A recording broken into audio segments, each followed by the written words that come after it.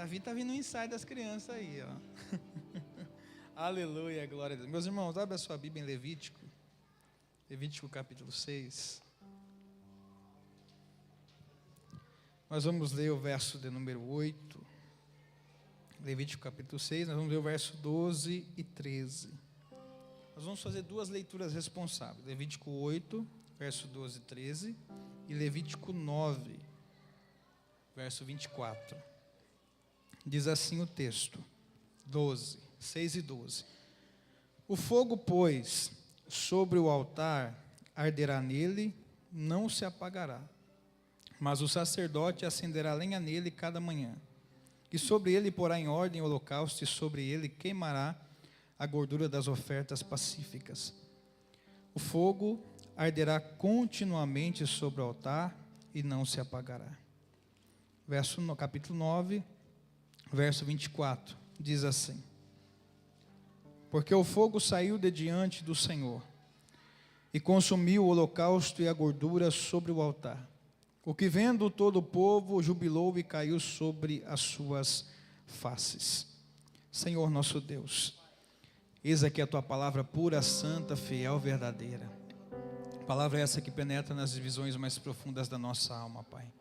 Obrigado, Jesus, pela tua palavra. Obrigado, Jesus, por tudo quanto nós pudemos vivenciar nessa noite através da tua doce presença no nosso meio. Pai, eu tenho por certo que o Senhor já curou esta noite. Tenho por certo que o Senhor já transformou corações, que o Senhor já fez ainda muito mais da tua obra. Pai, fala uma vez mais agora pela tua palavra, Pai, em nome de Jesus, amém. Meus irmãos, o tema da mensagem hoje é: deixa queimar, sangue, fogo e cinzas no altar. O livro de Levítico, ou em hebraico Vaikra, significa e chamou. Porque o livro de Levítico, ele vai mencionar as leis estabelecidas por Deus, tanto leis cerimoniais, como leis que tangem a conduta do povo de Israel. Nos primeiros capítulos, nós vemos as diretrizes que Deus dá quanto à forma de culto, de oferecer adoração, e a forma que se estabeleceria as diretrizes do tabernáculo do Senhor. Todos nós entendemos que o povo de Deus, ele não iniciou a sua cultura de levantar altares aqui no deserto, mas, se nós lermos Gênesis, nós vamos ver que os grandes pais da fé, sem mesmo ter uma ordem ou uma diretriz, já tinham o sentimento no coração de oferecer e levantar altares a Deus. Se você ler Gênesis, Abraão levanta quatro altares. Abraão levantava altares todas as vezes que tinha um encontro com Deus. No capítulo 12, após o Senhor falar com Abraão, Abraão levanta um altar de sacrifício, adoração e gratidão a Deus, quando Deus o chama. Depois nós vemos em Isaac um novo altar ser estabelecido. Isaac vai levantar um altar após ele sair daquela situação em que ele enfrenta um confrontamento por causa dos poços que ele abria, e logo depois os filisteus entulhavam, e ele abria e os filisteus ali entulhavam, mas Isaac foi abençoado por Deus quando abriu mais um poço. E dali ele vai para Beerseba, e em Beerseba Deus se manifesta para ele, fala com ele, e após Deus falar com ele, Isaac prepara um altar de gratidão ao Senhor, e depois abre um poço ali em Beerseba, e Deus abençoa Isaac. Também nós vemos outro altar ser edificado através da vida do terceiro patriarca, Jacó. Abraão, Isaac e Jacó. Abraão, ele é o pai da fé nas três maiores culturas, religiosas do mundo atual. Abraão é o pai da fé para os islâmicos muçulmanos. Abraão é o pai da fé para os judeus. E Abraão é considerado o pai da fé para nós que somos cristãos. Em Jacó, quando Jacó vai ter um encontro com Deus, quando Jacó, ele encosta a sua cabeça sobre a pedra e ele vai ter aquela visão da escada que subia da terra até o céu, anjos subindo, anjos descendo. Depois daquele momento com Deus, Jacó edifica um altar. Jacó também edifica um altar em outra situação em que ele tem uma guerra com um ser espiritual, a qual ele fere a sua coxa, e ali ele recebe o nome de Israel. Mais uma vez, Jacó levanta um altar. Deus não havia estabelecido princípios de levantar altar para os pais, ou os patriarcas, ou os homens antigos. Mas quando chega no momento do tabernáculo, vendo que eles já seguiam esse princípio de adoração e de louvor a Deus, quando vai se estabelecer um lugar de adoração, um lugar de culto, um lugar onde as pessoas ofereceriam adoração a Deus, o Senhor vai classificar alguns pontos, algumas diretrizes que teriam que ser seguidas para que todos aqueles que oferecessem adoração pudessem ter o seu objetivo atingido com sucesso. Quando nós falamos em altar, nós imaginamos realmente, no tempo antigo, o culto era ministrado num tabernáculo. O tabernáculo era uma tenda que era levantada no deserto. E no deserto, essa tenda levantada tinha alguns pontos. O tabernáculo era um lugar onde o povo levava o sacrifício para poder ser sacrificado e ser, através do sacrifício, ser remidos pela culpa do pecado que eles praticavam. Mas o altar revela também o lugar aonde as pessoas entendiam que deveriam se entregar e se derramar diante das suas culpas e diante daquilo que eles faziam. Pois somente depois do holocausto oferecido no altar, então o sacerdote entrava dentro do Santo dos Santos, porque o altar ficava no lugar santo. O Santo dos Santos era outra parte. O lugar santo era onde ficava o altar de bronze, a mesa de bronze, e era onde era ali feito o sacrifício, para depois ser queimado no altar de bronze, para depois o sangue ser oferecido ou espargido no lugar santíssimo, e o Senhor receber a culpa pelo pecado. Mas eu já estou adiantando um pouco, mas nós vamos chegar lá. Então, este altar era revestido de bronze, era um altar significativo, um altar onde as pessoas levavam o sacrifício pela culpa. A pergunta que eu faço hoje: como está o seu altar? Eu pergunto para você hoje, como está o seu altar? Porque o capítulo 6 de Levítico, e o verso de número 8 até o 13, ele vai revelar os princípios para o povo de Deus sacrificar. Só que o que me chama a atenção são os elementos para que tudo ocorresse de forma completa.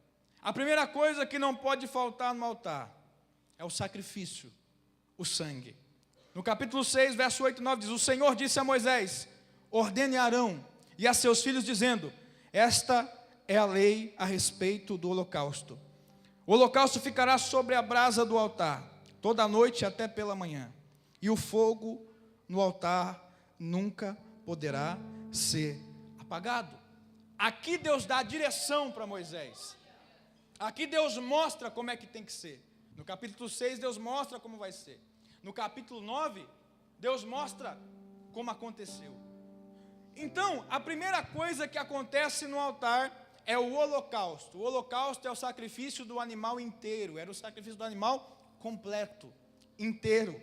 Ou seja, não era partes, não era metade, era todo o sacrifício.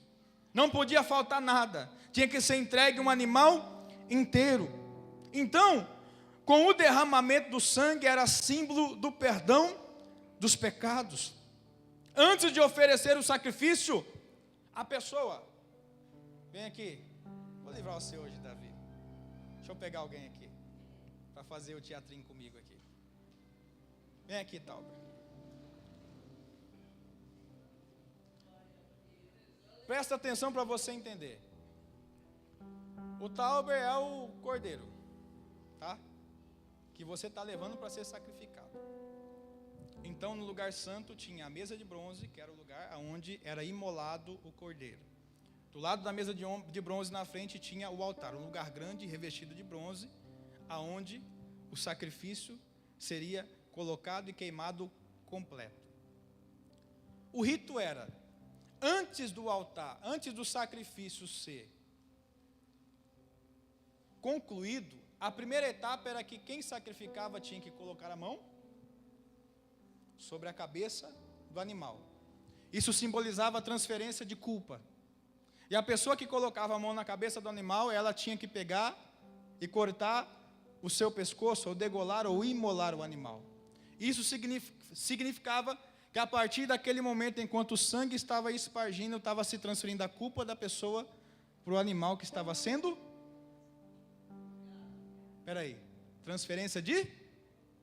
Então, a partir daquele momento, a pessoa jogava a sua culpa naquele animal que seria sacrificado pela culpa do seu pecado.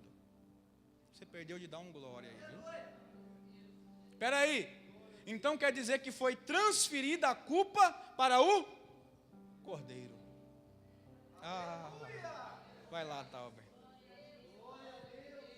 Isso aqui é a mensagem do texto. Eu estou ensinando para você o texto. Então a pessoa colocava a mão na cabeça do animal que ia sacrificar e cortava ele enquanto o sangue espargia. Isso significava transferência de culpa. A partir daquele momento, a transferência da culpa estava indo para aquele animal. Mas sabe o que me chama a atenção? É que se o animal para o holocausto era o cordeiro, um certo dia está João Batista batizando lá no Jordão. João Batista, vem, raça de víboras, quem vos ensinou a fugir da ira vindoura? De repente ele olha. Antes dele olhar, ele diz assim: está vindo um aí que é maior do que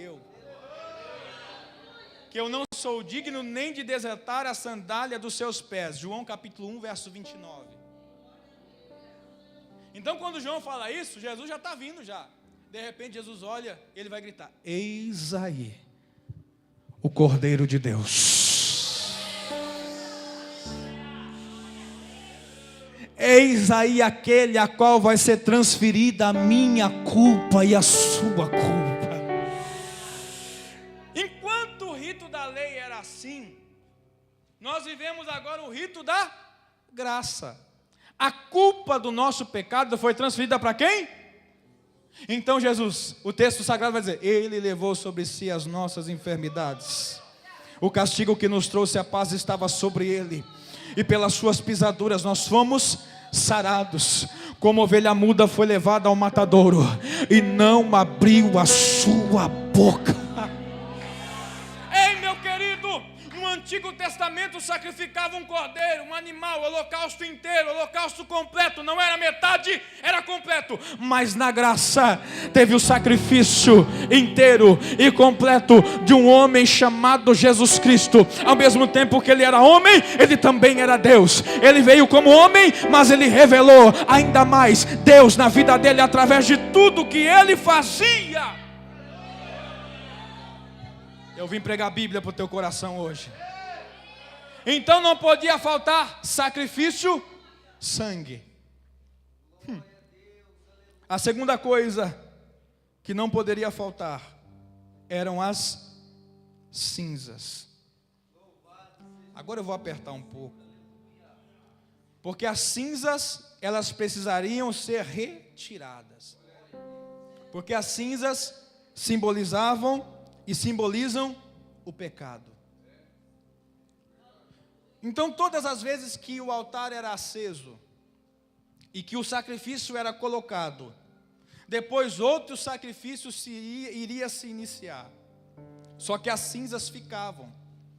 Não era queimado somente a lenha, meu querido, era queimado o holocausto, o sacrifício, e ficava as cinzas por aquela culpa. Então cabia ao sacerdote tirar as cinzas do altar antes de oferecer um novo sacrifício. Então, por exemplo, Ladier veio e sacrificou, o holocausto foi jogado lá dentro, queimou, ficou a cinza. Então, eu sou sacerdote, sou pastor da igreja, eu tinha que chegar e tirar aquela cinza do sacrifício do Ladier, deixar o altar preparado para depois receber o sacrifício que viria o irmão Reginaldo trazer. E assim era consequentemente, irmão. Depois do irmão Reginaldo vinha o pastor Facinho, depois vinha o Gilberto, depois vinha o irmão Leandro, e era esse o ritual. Precisava tirar a cinza, porque a cinza era o quê? Era o pecado que foi ali sepultado naquele momento, que foi remido através do sangue e do sacrifício daquele animal, para o perdão do pecado que eu oferecia, o que eu tinha provido para em pecado contra Deus. Espera aí, pastor. Então quer dizer que era a responsabilidade, se a cinza simboliza o pecado, e era a responsabilidade do sacerdote tirar a cinza do altar, e o sacerdote era responsável pelo culto, como se fosse o pastor. Sim. Então quer dizer que se eu estou desse jeito é porque o Senhor não está arrancando a cinza de mim?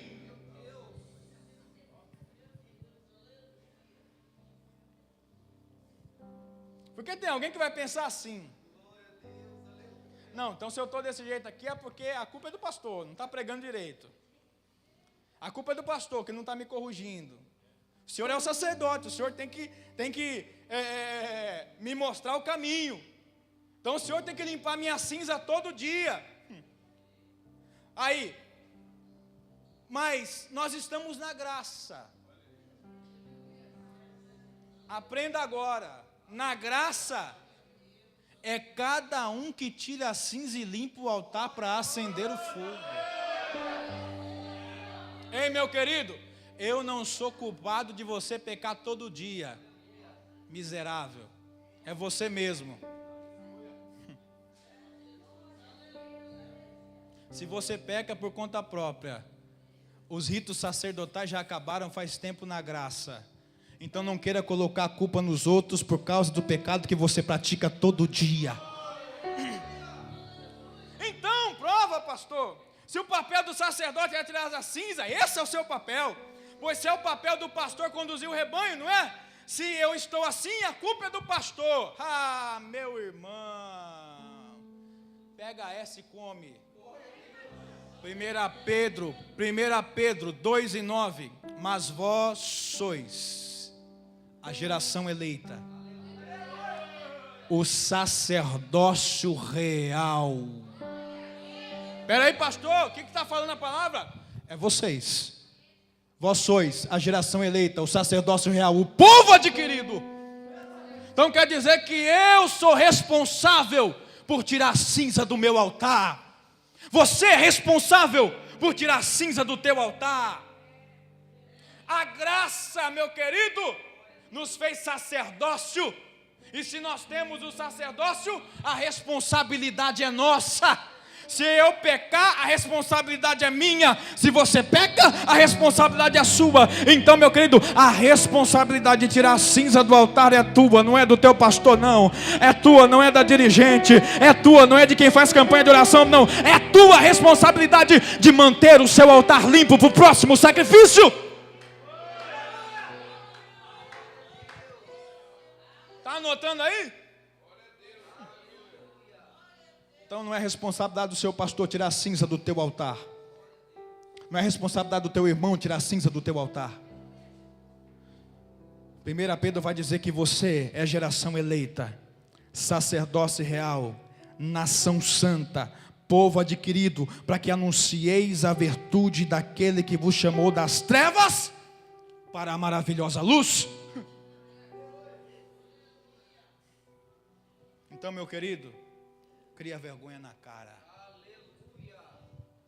Limpa o teu altar. Tira a cinza desse altar aí.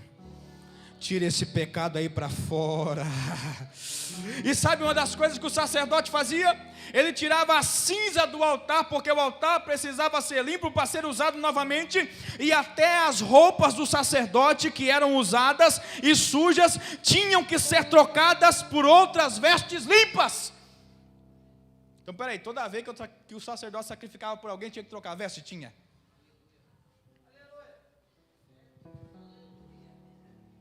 Aí Deus estabeleceu o quê? Vestimenta para os sacerdotes.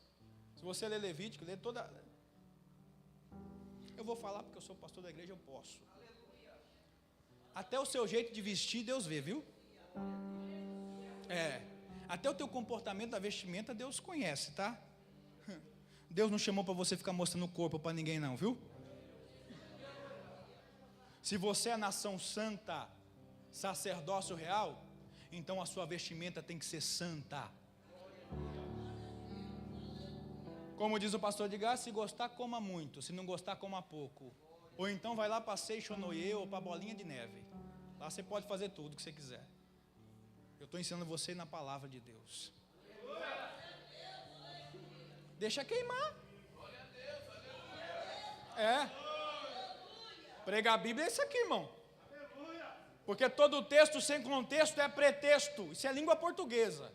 Se vai pregar o texto, prega todo o contexto do texto. Eu estou ensinando você na palavra. Esse é o meu papel. Não vem com balela não, porque é fácil. Para mim poder avivar você é rapidinho. É ou não é? Qualquer coisinha já levanta a mão, já levanta o pé. Agora, dá glória na palavra. Dá glória sendo confrontado aí. Quer dar glória a Deus e aleluia, mas deixar o altar cheio de cinza? Você pode enganar o pastor da igreja, você pode enganar o irmão que está do teu lado, mas Deus você não engana. Porque a Bíblia diz que a única coisa que impede as nossas orações de chegar a Deus é o nosso pecado. Se você vive numa vida de pecado miserável, você está achando que o que você está fazendo está chegando para Deus? Não!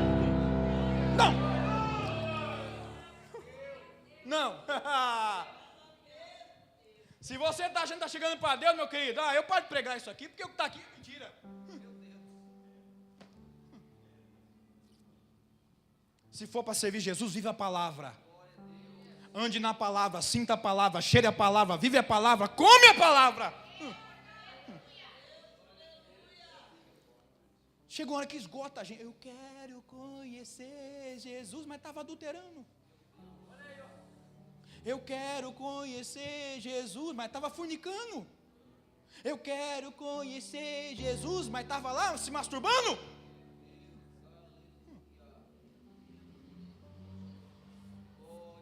O meu Jesus não mudou. O mesmo Deus é o Deus do Gênesis ao Apocalipse. Deixa eu te falar algo. Eu queria que muita gente estivesse aqui na quarta-feira. Deixa eu te falar algo. Você acha que você vai enganar Deus até quando? Então tem que tirar cinza, pastor Facinho. Todo dia eu tenho que tirar cinza. Todo dia. Não é o meu papel tirar a cinza dos outros, não. É meu papel tirar a cinza do meu altar. A palavra de Deus me ensina a eu tirar a cinza do meu altar. Então tinha que tirar a cinza representa o pecado, para que o novo sacrifício pudesse ser recebido. Então eu aprendo uma coisa, que Deus não se manifesta em altar sujo. Não adianta, irmão, não adianta, Deus não se manifesta em altar sujo. Pastor, mas tem gente que prega no adultério, tem gente que prega no pecado, mas ele prega o quê? Ele está pregando o que está na boca dele? Uma hora a máscara cai. Filho. Uma hora Deus revela o problema. Irmão, a melhor coisa é a gente pedir perdão para Deus e sair da vida miserável que a gente vive do pecado. Porque uma coisa é pecado, todo mundo peca todo dia. Eu preciso ensinar você para você entender. Todo dia você peca, todo santo dia. Pecados involuntários. Na hora que você vê, você já pecou e já fez. São pecados que você faz, você comete sem ter a intenção. Às vezes você está lá, você está num dia exaustivo, angustiado, chato, de repente acontece uma situação que tira você da sua casinha, e a hora que você vai ver, você falou que não devia, você fez o que não devia, você cometeu um pecado involuntário. Porque você estava com a cabeça quente, falou o que não era para falar, acabou magoando e pecados involuntários. Uma coisa é você maquinar o pecado. Bom, a hora que acabar o culto, eu vou abrir aquele site lá, vou ver aquela besteirinha lá que eu vejo. Isso se chama iniquidade. Iniquidade Deus vomita e abomina. Então quando o pecado ele é premeditado, se chama iniquidade. Aprendeu? Então se você premedita, o que você vai fazer para pecar, você está cometendo iniquidade. Agora, se você comete involuntariamente, você é um pecador que pode pedir perdão para Deus, e Deus te perdoa todos os dias. Mas se você premedita o pecado, aí meu querido, você precisa de ajuda logo. para você não ir para o inferno. Então, eu preciso todos os dias retirar a cinza do altar. Então, a primeira coisa, não podia faltar no altar: o sangue, o sacrifício. Que era o sacrifício pelo pecado, a culpa, a transferência.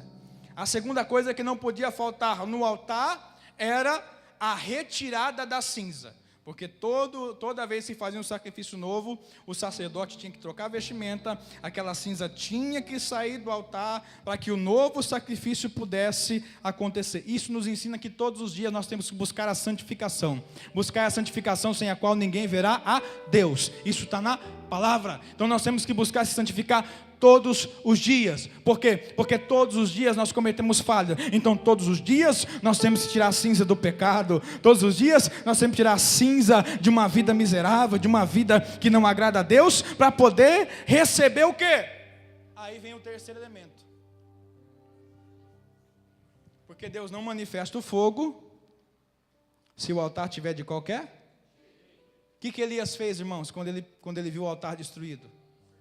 Ele consertou o altar, pegou as 12 pedras, levantou o altar,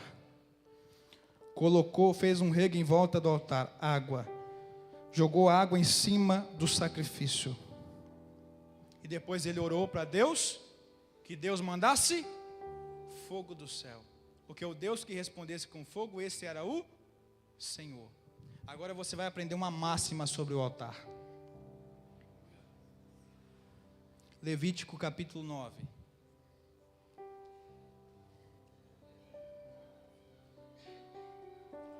Pastor, sou eu que trago fogo para o altar? Meu querido, tu traz um sacrifício de adoração. Mas olha o que o verso 9, capítulo 24 diz: porque o fogo saiu de diante do e consumiu o sacrifício. Então, peraí, não é eu que acendo o fogo? Não, quem acendia o fogo era Deus. Então, quando foi estabelecido todo o rito de culto, todo o altar, toda a parte sacrificial, depois que foi colocado o holocausto no altar, então Deus, ele mandou o fogo.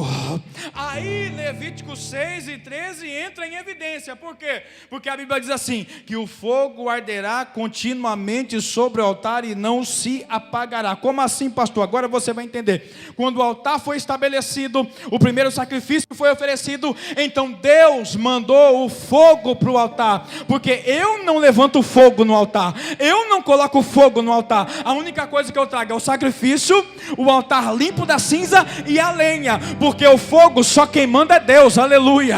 Ei, sacerdote não tinha poder de colocar fogo no altar, sacerdote não tinha poder de acender o altar, sacerdote não tinha poder de acender a chama do altar. A única coisa que o sacerdote podia fazer era seguir os ritos sacrificiais para oferecer o sacrifício, mas só quem receberia o sacrifício do altar era Deus. E para mostrar que Deus recebeu o sacrifício, então ele respondeu com fogo, capítulo 9, e quando ele respondeu com fogo o altar acendeu, aleluia.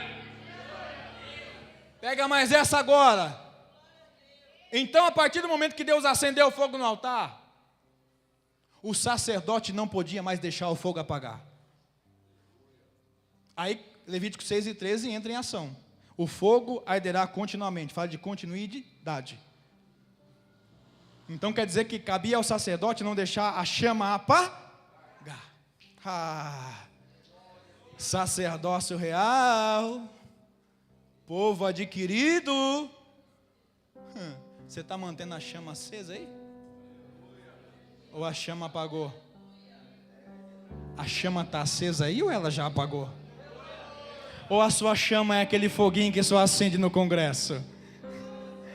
Ou a sua chama é aquele foguinho que só acende na campanha de avivamento?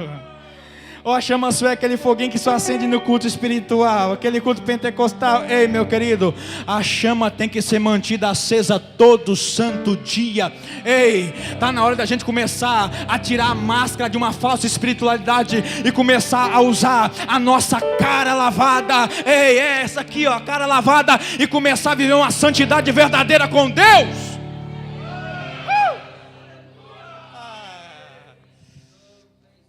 Aleluia, oh glória. Então é o meu papel não deixar a chama apagar, porque o fogo saiu de diante do Senhor. É por isso que lá em Elias, depois do templo já está construído, o altar estava quebrado, ninguém conseguiria acender o altar. Pegou essa aqui, Wellington? Porque só quem podia acender o altar era? Não, filho, é Deus. Porque se fosse para acender o altar, Elias mesmo acendia. Elias só teve o papel de fazer o quê? De fazer o que o sacerdote não estava fazendo. Colocar o altar de pé de novo. Limpar a cinza velha que estava no altar. Tem cinza velha aí para limpar? Colocar o sacrifício em cima do altar. E depois só fazer uma coisa que só gente espiritual consegue fazer. Pai, se tu és Deus em Israel, responde-me com fogo. E o altar queimou. Elias não tinha capacidade de colocar fogo no altar, se o altar só quem acende é Deus. Aprendeu hoje? Então, meu querido, a responsabilidade de manter a chama acesa do Espírito Santo de Deus na tua vida é tua. Então, no altar, o nosso altar estava corrompido, Jesus transferiu a culpa nossa para Ele, limpando a cinza do pecado na nossa vida e derramando o fogo. Atos 2:4 diz assim: e todos foram cheios do Espírito Santo e começaram a falar em outras línguas conforme o Espírito lhes concedia que falassem. O que é isso, pastor Douglas? É que quando Jesus se oferece como sacrifício, o fogo precisava ser aceso, e o fogo precisava ser aceso depois que o altar fosse limpo. O altar foi limpo através do sacrifício vicário na cruz do Calvário pela nossa vida, e depois ele diz: ficai em Jerusalém, até que do alto sejais revestidos de poder. Aleluia. Começaram mais 500 pessoas, mas só 120 permaneceram em Jerusalém, orando, esperando, buscando a promessa. Mas cumprindo-se o dia de Pentecoste, todos que estavam na casa foram cheios do Espírito Santo de Deus. Então, quem precisava receber o fogo já estava lá, o altar já estava preparado. Senhor, manda fogo, Senhor, manda o teu Espírito, papai, manda o teu renovo, Senhor, manda a promessa que o Senhor prometeu. O nosso altar está aqui, está pronto, está preparado, nós já arrancou a cinza. Eu imagino Pedrão, eu neguei o Senhor me perdoou, agora, Senhor Pai, eu estou esperando essa promessa, eu estou esperando esse fogo, eu estou esperando essa chama, eu estou esperando esse Espírito Santo que o Senhor nos prometeu. E de repente foram vistas por eles línguas repartidas como que de fogo, as quais pousaram sobre cada um deles. E o texto vai dizer: e todos foram cheios do Espírito Santo. Aleluia. Ei, nós estamos na graça. A responsabilidade de manter o altar aceso é tua, a responsabilidade de limpar a cinza é tua, a responsabilidade de vencer o pecado, de continuar caminhando sem pecar, de continuar caminhando em santificação é tua. Ei, porque o Espírito ele já mandou, o fogo ele já enviou. Então não permita que esse fogo se apague da sua vida. Em 1 Tessalonicenses 5:19 diz: não extingais o Espírito Santo de vós.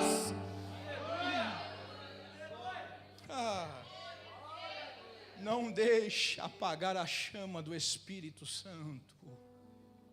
Não deixe o fogo apagar.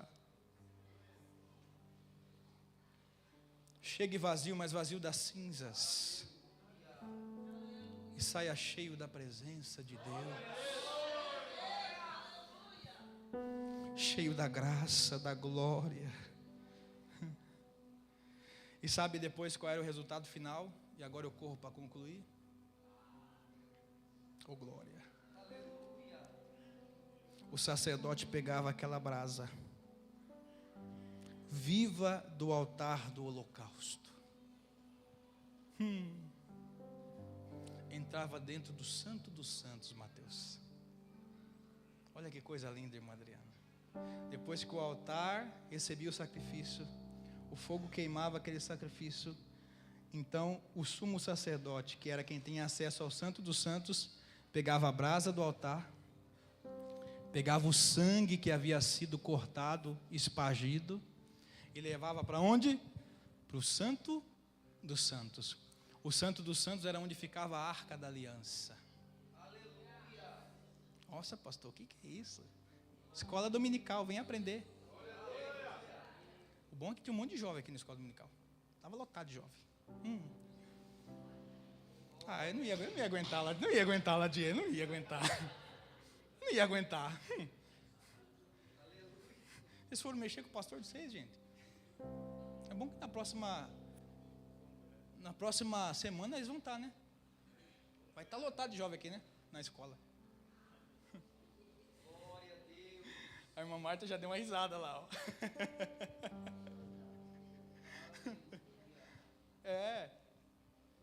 Agora vocês aguentam agora. Só tem um jeito de vocês apagar isso aqui da minha memória. Escola Bíblica Dominical. Quando vocês estiverem tudo aqui na escola, apaga da minha memória. Então o sacerdote pegava aquela brasa viva. Já podia ir lá em Isaías capítulo 6. Porque só tem um jeito de tirar a brasa viva. É do altar. Mastiga aí quem gosta de pregar e montar sermão, tá? Deus vai dando uns negócios diferentes pra gente.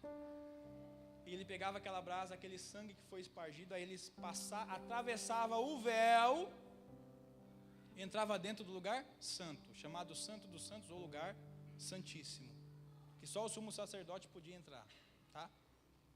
E quando ele chegava lá, a primeira coisa que ele fazia, ele colocava a brasa em um lugar, e ele jogava o incenso sobre a brasa.